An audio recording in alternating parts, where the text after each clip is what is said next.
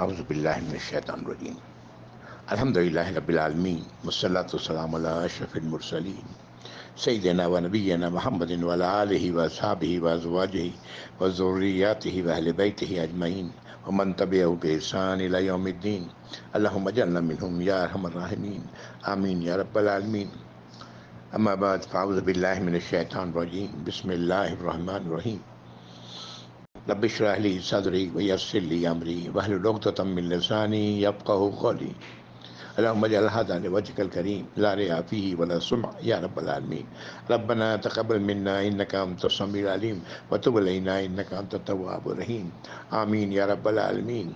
السلام علیکم ورحمۃ اللہ وبرکاتہ. سورۃ الحجرات 26واں پارہ، اور الحمدللہ ہم لوگوں نے پچھلی نشست میں آیت نمبر 11 تک پڑھا تھا. آج انشاءاللہ آگے بڑھیں گے.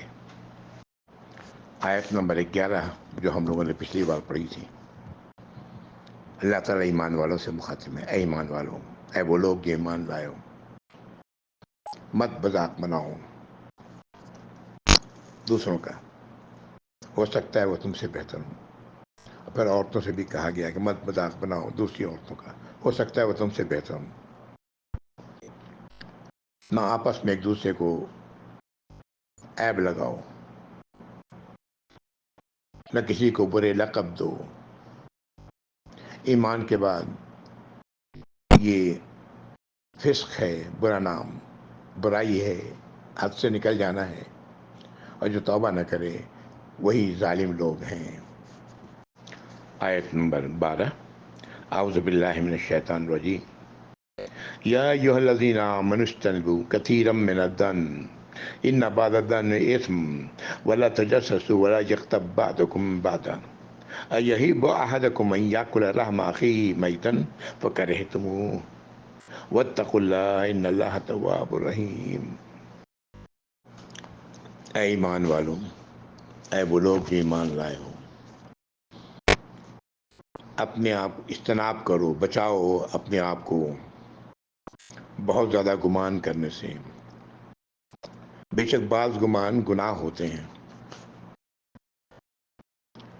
اور لوگوں کی پوشیدہ باتوں اور رازوں کو جاننے کی جستجو میں مت لگو. تجسس مت کرو، اور نہ تم میں سے کوئی دوسرے کی غیبت کرے.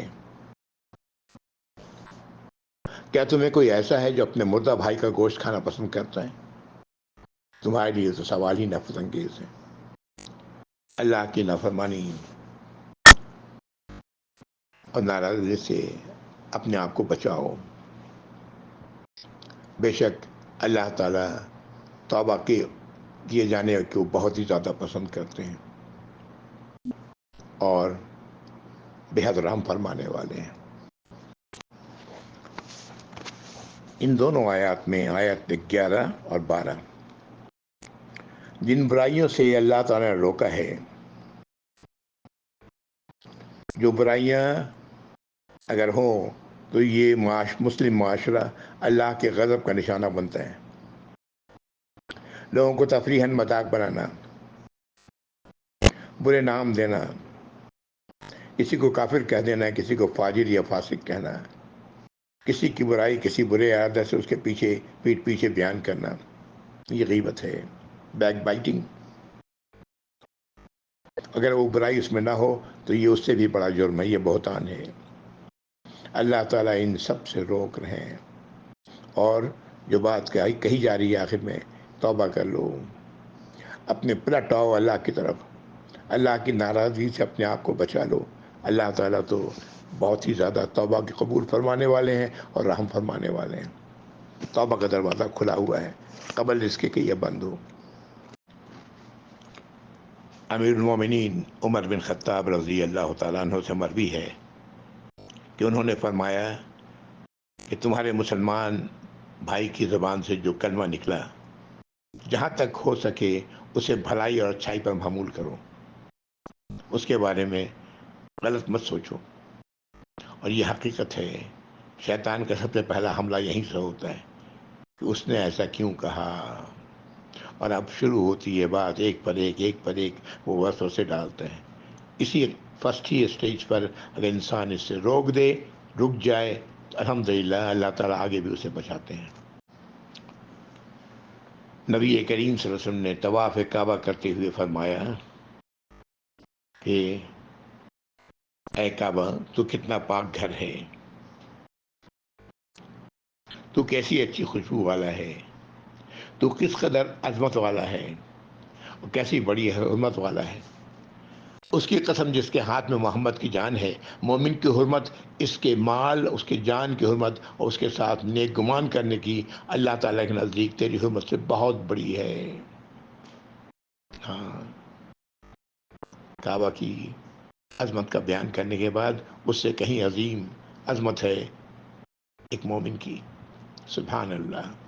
اللہ تعالیٰ ہمیں مومن بنائے یا رب العالمین.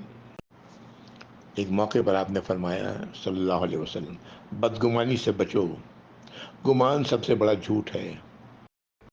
کسی کا بھید نہ ٹٹولو، ایک دوسرے کی بزرگی حاصل کرنے کی کوشش میں نہ لگ جاؤ، حسد، بغض اور ایک دوسرے سے منہ پھلانے سے بچو. سب مل کر اللہ کے بندے اور آپس میں بھائی بھائی بن کر رہو. ایک اور روایت آپ سے ملتی ہے صلی اللہ علیہ وسلم، ایک دوسرے سے روٹ کر نہ بیٹھ جاؤ، ایک دوسرے سے میل جول ترک نہ کر لیا کرو، ایک دوسرے سے حسد بغض نہ کرو، بلکہ سب مل کر اللہ کے بندے، اللہ کے غلام، آپس میں ایک دوسرے کے بھائی بند ہو کر زندگی گزارو. کسی مسلمان کو حلال نہیں کہ اپنے دوسرے مسلمان بھائی سے 3 دن سے زیادہ بول چال اور میل جول چھوڑ دے. یہ ساری باتیں بالکل واضح ہیں، لیکن آپ صلی اللہ علیہ وسلم نے ایک دوسرے موقع پر خود آپ فرماتے ہیں کہ 3 خصلتیں میری امت میں رہ جائیں گی. فعال کر نکالنا، یہ ہے اچھا ہے یا برا ہے، سعد ہے یا نحس ہے. ہاں، حسد کرنا اور بدگمانی کرنا. کسی نے سوال کیا یا رسول اللہ اس کا تدارک کیا ہے؟ فرمایا جب حسد کرو تو استغفار کر لو، جب گمان پیدا ہو تو چھوڑ دو اور یقین نہ کرو، اور جب شگون لو خواہ نیک خواہ بد اپنے کام سے نہ رکو، اسے پورا کرو. ان پر صحابہ کرام کس طرح عمل کرتے تھے تجسس سے اپنے آپ کو بچانے کے لیے. کہ ایک شخص کو ابن مسعود رضی اللہ تعالیٰ عنہ کے پاس لایا گیا اور کہا گیا کہ اس کی داڑھی سے شراب کی قطرے کی گر رہے ہیں. تو انہوں نے جواب دیا کہ ہمیں بھید ٹٹولنے سے منع فرمایا گیا ہے. اگر ہمارے سامنے کوئی چیز ظاہر ہو گئی تو ہم اس پر پکڑ کر سکتے ہیں، یعنی خواہ مخواہ کا شک کرنا. اس طرح کی کتنی ہی روایات ملتی ہیں کہ صحابہ کرام کے سامنے لوگوں نے دوسرے لوگوں کے حالات کا ذکر کیا اور انہوں نے کوئی ایکشن نہیں لیا بلکہ منع فرمایا اس سے. ہاں، حضرت عمر رضی اللہ تعالیٰ عنہ رات میں گشت کرتے تھے مدینے میں اور کبھی کسی کے گھر میں داخل نہیں ہوتے. اندر جو کچھ ہو رہا ہے وہ ہو رہا ہے. ایسے کئی واقعات ملتے ہیں. تو خواہ مخواہ کا تجسس کرنا یہ درست نہیں، اس سے اپنا آپ کو بچایا جائے.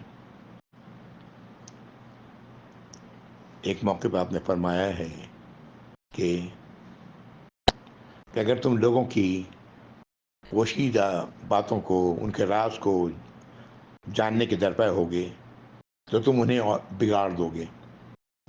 فرمایا ممکن ہے تم انہیں خراب کر دو، یعنی اس سے اور وہ انسان پھر وہ ابھی تو چھپ کے کرتا ہے، کل وہ اعلانیہ کر سکتا ہے. اس لیے گریز کرنا چاہیے اس سے. غیبت یہ ہے کہ اپنے بھائی کی کسی ایسی بات کا ذکر کرے جو اسے بری معلوم ہو. سوال کیا کہ اگر وہ اس میں ہو تو فرمایا یہی تو غیبت ہے، اگر نہیں ہو تو بہتان ہے. انگریزی میں سے بیک بائٹنگ کہتے ہیں. اللہ نے قرآن میں مثال دی اپنے مرے ہوئے بھائی کا گوشت کھانا، اس سے مثال دی. اللہ تعالی ہم سب کو ان برائی سے بچائے. جو غلطیاں ہو چکی ہیں اس کے لیے اللہ سے ہم توبہ کریں یا رب العالمین. اللہ تعالی بہت ہی زیادہ توبہ کے قبول فرمانے والے اور رحم فرمانے والے ہیں۔ کسی مومن کی برائی کرنے والا، یہ بہت مذمت والی بات ہے، بہت بری بات ہے، لیکن جہاں ایسا کیا جا رہا ہو وہاں کوئی اس کی آبرو اور اس کی عزت کو بچانے کی کوشش کرے تو اللہ تعالیٰ ایسے شخص کی عزت کو اس وقت بچائیں گے جب کوئی بچانے والا نہ ہوگا۔ یہ بہت بڑی بات ہے، کسی کی خواہ مخواہ برائی کرنا، جو اس کے اندر ہے اس کی بات ہو رہی ہے، اس لیے کیا جا رہا ہے تاکہ دوسروں کے سامنے اسے ذلیل کیا جائے۔ استغفر اللہ ثم استغفر اللہ، اللہ تعالیٰ ہم سب کو اس سے بچا کر۔ آیت نمبر 13، یا ایھا الناس انا خلقناکم من ذکر وانثی وجعلناکم شعوبا وقبائل لتعارفوا ان اکرمکم عند اللہ اتقاکم ان اللہ علیم خبیر۔ اس آیت میں خطاب تمام انسانوں سے ہے۔ اے لوگو، وہ تمام لوگ جو ایمان والے ہیں یا نہیں ہیں، ان سے کہا جا رہا ہے کہ ہم نے تمہیں ایک مرد اور ایک عورت سے پیدا کیا ہے۔ اللہ تعالیٰ فرماتے ہیں تمہیں قوموں اور قبیلوں میں تقسیم کیا کہ تم ایک دوسرے کی صحیح شناخت کر سکو۔ بے شک تمہیں وہ لوگ اللہ کے نزدیک زیادہ عزت دار ہیں جو اللہ کی ناراضگی سے زیادہ بچنے والے۔ بے شک اللہ تعالیٰ خوب جاننے والے اور خوب خبر رکھنے والے ہیں۔ اللہ کے نزدیک باعزت وہ ہے جو اپنے آپ کو اللہ کی ناراضگی سے، اللہ کی سزا سے، اللہ کی جہنم سے اپنے آپ کو بچانے والا ہے، اور اللہ کو یہ بات خوب معلوم ہے، اس لیے کہ اللہ تعالیٰ دلوں کا حال جانتے ہیں۔ تقویٰ کہاں ہے؟ انسان کے دل میں، سینے میں ہے۔ جو بات کہی گئی بڑی اہم آیت ہے یہ قرآن کی، اور بہت بیسک یہ تعلیم ہے ہمارے دین کی کہ تمام انسان ایک ہی خاندان کے فرد ہیں۔ ہم سب آدم علیہ السلام اور حوا علیہ السلام کی اولاد ہیں۔ یہ نہ ہم میں کوئی شخص چونکہ وہ رائل فیملی سے ہے اس لیے اس کی عزت کی جائے گی، یا چونکہ وہ علماء کے گھر پیدا ہوا ہے اس لیے وہ عالم ہے اس کی عزت کی جائے گی، یا وہ مال والے کے یہاں پیدا ہوا ہے اس لیے اس کی عزت کی جائے گی۔ ایسی کوئی چیز نہیں۔ اللہ کے نزدیک عزت اسی کے لیے ہے جو اللہ کی ناراضگی سے، اللہ کی سزا سے اپنے آپ کو بچانے والا ہے۔ اللہ نے انسانوں کو قوموں اور قبیلوں میں تقسیم کیا ہے تاکہ یہ اپنے عمومی مزاج، اچھائیوں برائیوں کے ساتھ پہچانے جا سکیں۔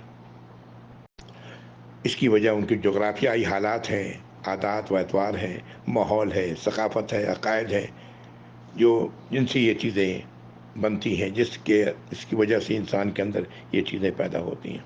ورنہ اللہ تعالیٰ نے تو حدیث میں آپ جانتے ہیں کہ اللہ نے سبوں کو عین فطرت پہ پیدا کیا ہے۔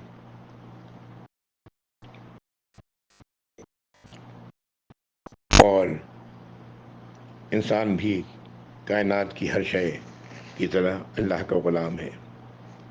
وہی غلام آقا کا منظور نظر ہوگا جو آقا کی نافرمانی سے اپنے آپ کو سب سے زیادہ بچانے والا ہوگا۔ ہم سب کو چاہیے کسی سے معاملہ کرنے سے پہلے اس کا تعلق کہاں سے ہے اس بنیاد پر کیا جائے۔ ہم سب جانتے ہیں کتنا فرق ہے ہم سب کے بیٹھنے میں، اٹھنے میں، مزاج میں، سوچنے میں اور کھانے پینے میں۔ یہ الگ الگ جگہوں کے لوگوں کا الگ الگ انداز ہے۔ کچھ چیزیں ہمیں اچھی لگتی ہیں، کچھ چیزیں اچھی نہیں لگتی۔ ایک شخص کو اچھی لگتی ہیں، دوسرے کو اچھی نہیں لگتی۔ یہ فطرتی بات ہے، قدرتی بات ہے، لیکن ان چیزوں کی بنیاد پر کسی سے محبت اور الفت کا معاملہ نہ کیا جائے، بلکہ جب ان سے معاملہ کیا جائے ان کی اچھائیوں برائیوں کو سامنے رکھ کر کے اسی کے مطابق ان سے کام لیا جائے۔ نبی کریم صلی اللہ علیہ وسلم فرمایا کہ جو لوگ جاہلیت کے زمانے میں اچھے تھے وہی لوگ اسلام لانے کے بعد بھی پسندیدہ ہیں۔ اگر وہ دین کا علم رکھنے والے ہیں۔ ایک اور روایت ملتی ہے کہ تم سب آدم علیہ السلام کی اولاد ہو۔ آدم علیہ السلام مٹی سے پیدا کیے گئے تھے۔ لوگوں اپنے باپ داداؤں کے نام پر فخر کرنے سے باز آ جاؤ، ورنہ اللہ تعالیٰ کے نزدیک ریت کے تودوں اور آبی پرندوں سے بھی زیادہ ہلکے ہو جاؤ گے۔ اللہ تعالیٰ ہم سب کو اس سے محفوظ رکھے یا رب۔ حجۃ الوداع کا یہ خطبہ آپ صلی اللہ علیہ وسلم کا معروف ہے۔ آپ اونٹنی پہ سوار تھے، آپ نے اللہ کی حمد و ثنا بیان کی، فرمایا لوگوں اللہ تعالیٰ نے تم سے جاہلیت کے اسباب اور جاہلیت کی باپ داداؤں پر فخر کرنے کی رسم اب دور کر دی ہے۔ انسان دو ہی قسم کے، یا تو نیک اور پرہیزگار ہیں جو اللہ کے نزدیک بلند و مرتبہ رکھتے ہیں، یا بدکار اور غیر پرہیزگار ہیں جو اللہ کی نگاہوں میں ذلیل و خوار ہیں۔ پھر آپ نے اسی آیت کی تلاوت فرمائی۔ یہ بات کتنی روایات میں ملتی ہیں، نہ کسی گورے کو کسی کالے پر، نہ کسی سرخ چمڑی والی کو کسی سفید چمڑی والی پر، کسی پر کوئی فضیلت نہیں۔ فضیلت کس پر ہے؟ تقوی پہ ہے، اور وہ دل کے اندر ہے۔ کسی کے تقوی کو آپ کسی کے تقوی کو نہیں جان سکتا، اور نہ آپ میرے تقوی کو جان سکتے ہیں، یہ اللہ ہی جانتے ہیں۔ یہ معاملہ اللہ ہی پر چھوڑ دینا چاہیے، لیکن ہر آدمی خود تو جانتا ہے کہ وہ کہاں کھڑا ہے۔ اللہ تعالی ہم سب کو توفیق عطا فرمائے کہ ہم اللہ کا تقوی اختیار کرنے والے بنے۔ آمین یا رب العالمین۔ آیت نمبر 14۔ یہ آیات میری نظر میں ہم جیسے لوگوں کے لیے ہے۔ اعوذ باللہ من الشیطان الرجیم۔ قالت الاعراب آمنا قل لم تؤمنوا ولكن قولوا اسلمنا۔ یہ عرب کے رہنے والوں نے، بدوؤں نے، دیہاتی لوگوں نے کہا کہ ہم ایمان لائے۔ اللہ تعالیٰ فرما رہے ہیں آپ کہہ دیں ان سے کہ تم ایمان نہیں لائے ہو، ولیکن قولوا اسلمنا، بلکہ یہ کہو کہ ہم نے اسلام قبول کیا ہے، ہم نے اسلام کے آگے گردن جھکا دی ہے، اللہ کے دین کے آگے گردن جھکا دی ہے، اپنے آپ کو جھک گئے دین کے آگے۔ وَلَمَّ يَدْخُلِ الْإِيمَانُ فِي قُلُوبِكُمْ، اور ابھی ایمان تمہارے دلوں میں داخل نہیں ہوا۔ وَإِن تُطِيعُوا اللَّهَ وَرَسُولَهُ لَا يَلِدْكُم مِّنْ أَعْمَالِكُمْ شَيْئًا إِنَّ اللَّهَ غَفُورٌ رَحِيمٌ۔ اگر تم اطاعت کرتے رہے تم لوگ اللہ اور اس کے رسول کی، تو اللہ تعالیٰ تمہارے اعمال میں سے کچھ بھی کم نہ کریں گے۔ بے شک اللہ تعالیٰ بہت ہی زیادہ مغفرت فرمانے والے، معاف فرمانے والے اور رحم فرمانے والے ہیں۔ یہاں سے پتہ لگتا ہے کہ اسلام اور چیز ہے، ایمان اور چیز ہے۔ اسلام جیسا کہ ہمیں احادیث سے پتہ لگتا ہے کہ اسلام کی بنیاد، پہلی بات گواہی دینا کہ اللہ اکیلے الہ ہے، اور نبی کریم صلی اللہ علیہ وسلم اللہ کے رسول اور اللہ کے غلام ہیں۔ نماز قائم کرنا، رمضان المبارک کے روزے رکھنا، زکوٰۃ ادا کرنا، اور حج اگر استطاعت ہے تو حج ادا کرنا، حج، یہ ہے اسلام۔ لیکن ایمان جس کا نام ہے اس کا تعلق پھر دل کے اندر سے ہے، جیسا کہ ایک حدیث میں نے پچھلی بار سنائی تھی، ایمان کہاں ہے؟ دل میں ہے۔ اللہ اس کے رسول کی ہر بات کو بغیر چوں و چرا، بغیر کسی خلش کے دل میں، دل کی گہرائی سے تسلیم کر لینے کا نام ایمان ہے۔ یہ مقام اللہ اور اس کے رسول کا کسی کو حاصل نہیں، کسی فرد کو حاصل نہیں۔ کوئی بھی ان کا اللہ کا نام لے کے کچھ بھی کہہ دے، خواہ وہ کسی مقام و مرتبے کا حامل ہو، اس کی کہی بات کو قرآن اور صحیح احادیث پر جانچ لینے کے بعد ہی قبول کیا جائے گا۔ اسلام اللہ کی اطاعت کے آگے سر جھکا دینا ہے، اور ایمان اللہ کے احکام پر دل کا ٹھک جانا ہے۔ حدیث سے پتہ لگتا ہے اس سے بھی بلند درجہ ایک احسان کا ہے، سب سے اچھا وہ کیا ہے کہ یہ اللہ کی اطاعت و فرمانبرداری اس طرح سے کی جائے جیسے کہ وہ اللہ کو دیکھ رہا ہے، اگر یہ نہیں تو کم سے کم یہ احساس ہو کہ اللہ تعالیٰ اسے دیکھ رہے ہیں۔ محسنین سے اللہ تعالیٰ محبت کرتے ہیں۔ آیت نمبر 15، ابھی ڈیفینیشن آ رہی ہے ایمان والوں کی۔ اللہ تعالیٰ فرما رہے ہیں اعوذ باللہ من الشیطان الرجیم، انما المؤمنون الذین آمنوا باللہ ورسولہ ثم لم یرتابوا، بے شک مومن وہ لوگ ہیں جو ایمان لائے اللہ پر اور اس کے رسول پر، پھر وہ شک میں نہ پڑے۔ وجاہدوا باموالہم وانفسہم فی سبیل اللہ، اور انہوں نے جہاد کیا، کشمکش جنگ کی، کس سے؟ اپنے مالوں کے ساتھ، اپنی جانوں کے ساتھ اللہ کے راستے میں۔ اولئک ھم الصادقون، یہی وہ لوگ ہیں جو سچے ہیں۔ یہ تبھی انسان کر سکتا ہے جب اللہ کی اطاعت و فرمانبرداری، اللہ کی باتوں پر ایمان اس کے دلوں میں ٹھک جائے۔ یہی وہ لوگ ہیں جو سچے ہیں، ایمان والے۔ اللہ تعالیٰ فرما رہے ہیں، یہ آیت نمبر 15 تھی۔ یہ اسلام، اس کے بعد ایمان، پھر احسان، یہ درجات صرف انہی لوگوں کو حاصل ہو سکتے ہیں جو قرآن کریم کی صحیح فہم رکھتے ہوں۔ ہم مسلمانوں کے پاس قرآن کی شکل میں حکمت کا خزانہ ہے، لیکن صد افسوس ہم نے اسے احترام کا صرف ذریعہ بنایا ہوا ہے، چومتے ہیں، چاٹتے ہیں، عزت کرتے ہیں، لیکن اس میں کیا ہے یہ جاننے کی کوشش کم ہی کرتے ہیں۔ اللہ تعالی ہم سب کو اس کی توفیق عطا فرمائے۔ اس کے علم کے بغیر انسان، قرآن کے علم کے بغیر انسان اللہ کی صحیح اطاعت و فرمانبرداری کر ہی نہیں سکتا، نہ وہ ایمان والا ہو سکتا ہے، نہ وہ محسن ہو سکتا ہے۔ یہی قرآن ہے جو اسے سب کچھ بناتا ہے۔ اللہ تعالی ہم سب کو اس کی توفیق عطا فرمائے، آمین یا رب العالمین۔ آیات 16، 17 اور 18، اعوذ باللہ من الشیطان الرجیم، قل اتعلمون اللہ بدینکم، آپ کہہ دیں کہ کیا تم اللہ کو اپنے دین کے بارے میں بتانا چاہتے ہو، اپنی دینداری اللہ کو اس سے آگاہ کرنا چاہتے ہو؟ واللہ یعلم ما فی السماوات و ما فی الارض، اللہ تو جانتے ہیں جو کچھ آسمانوں میں ہے، زمین میں ہے۔ واللہ بکل شیء علیم، اللہ تو ہر شے کا علم رکھتے ہیں۔ یہ آیت نمبر 16 تھی۔ یمنون علیک ان اسلموا، یہ آپ پر احسان ڈالتے ہیں، احسان کرنا چاہتے ہیں، جتلا رہے ہیں کہ وہ اسلام قبول کیا انہوں نے۔ قل لا تمنوا علی اسلامکم، آپ کہہ دیں کہ مجھ پر احسان مت جتاؤ اپنے اسلام کا۔ بل اللہ یمن علیکم ان ہداکم للایمان ان کنتم صادقین، بلکہ اللہ نے تم پر احسان کیا ہے، تم لوگوں پر، کہ اس نے ہدایت دی ہے تمہیں ایمان کی طرف، اگر تم سچے ہو۔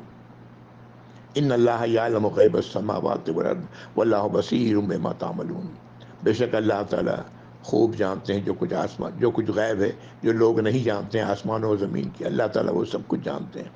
اور اللہ تعالیٰ تو تمہیں دیکھ رہے ہیں جو کچھ تم کر رہے ہو۔ یہ آیت نمبر 18 ہے۔ در حقیقت یہ اللہ کا احسان ہے کہ اللہ تعالیٰ نے ہمیں ایک مسلمان گھرانے میں پیدا کیا ہے۔ بہت بڑا احسان ہے یہ اللہ کا۔ اس کھکھیڑ سے، اس پریشانی سے ہمیں بچا لیا ہے جو دوسرے مذاہب میں پیدا ہونے والوں کے لیے، اسلام میں آنے کے لیے جو پریشانی ہے، جو مصیبت ہے، جو بیریئر ہے، اس سے ہمیں اللہ نے بچا لیا۔ یہ بہت بڑا احسان ہے۔ یہ اللہ نے ہمیں سوچنا چاہیے کہ اللہ نے ایسا ہمارے ساتھ کیوں کیا ہے۔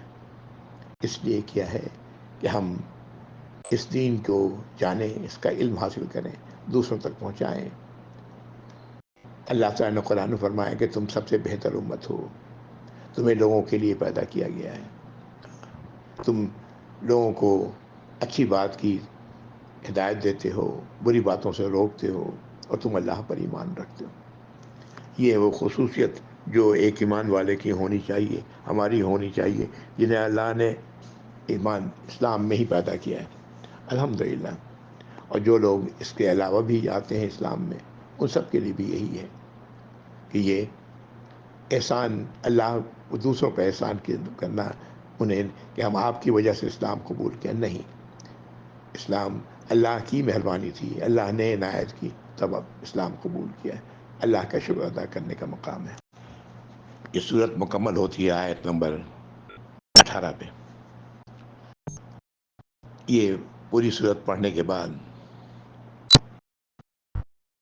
کم سے کم ہمیں تو اپنی جگہ ایک عہد کرنا چاہیے، مجھے کرنا چاہیے سب سے پہلے کہ جو کچھ اس میں پڑھا ہے، جو کچھ ہم نے جانا ہے، اس پر ہم عمل کریں گے، اس کو اپنی پریکٹیکل لائف میں اسے استعمال کریں گے، ورنہ پڑھ کے نکل جانا اس کا کیا فائدہ ہے؟ قرآن تو ہدایت کی کتاب ہے۔